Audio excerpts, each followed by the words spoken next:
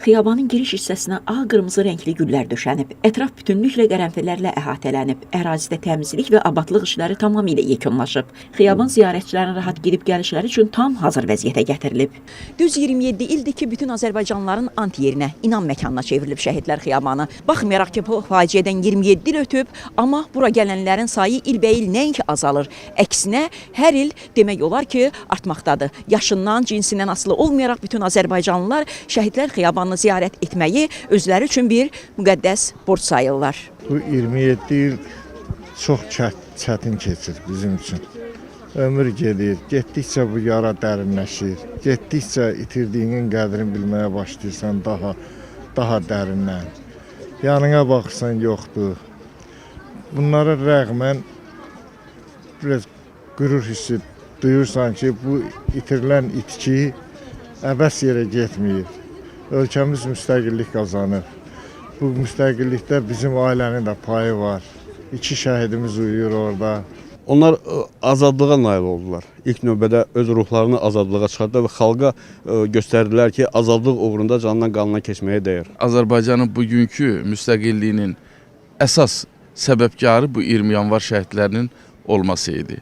Onlar canlarını verdi və ondan sonrasına bizim başqa şəhid olanlarımız hamısı gördük ki, vətən uğrunda şəhid olmağa dəyər. Sabah 27 ili tamam olacaq qanlı qırğının. Çox təəssüf ki, faciənin 27-ci ili tamam olsa da, hələ də bu qanlı qırğının səbəbkarları və iştirakçılarının əməllərinə hüquqi qiymət verilməyib. 94-cü ilin iyun ayında parlamentdə yenidən 20 yanvar hadisəsi ilə bağlı məsələlər müzakirəyə çıxarıldı və Ulu Öndər məsələ qalxızdı ki, 20 yanvar faciəsində ələ olanların hamısının əməllərinə hüquqi qiymət verilməli. Beynəlxalq məhkəmə qarşısında, ədalət mühakiməsi qarşısında əməllərinə qanuni qiymət verildikdən sonra cinayət məsuliyyətinə cəlb edilməli, ifşa edilməlidir.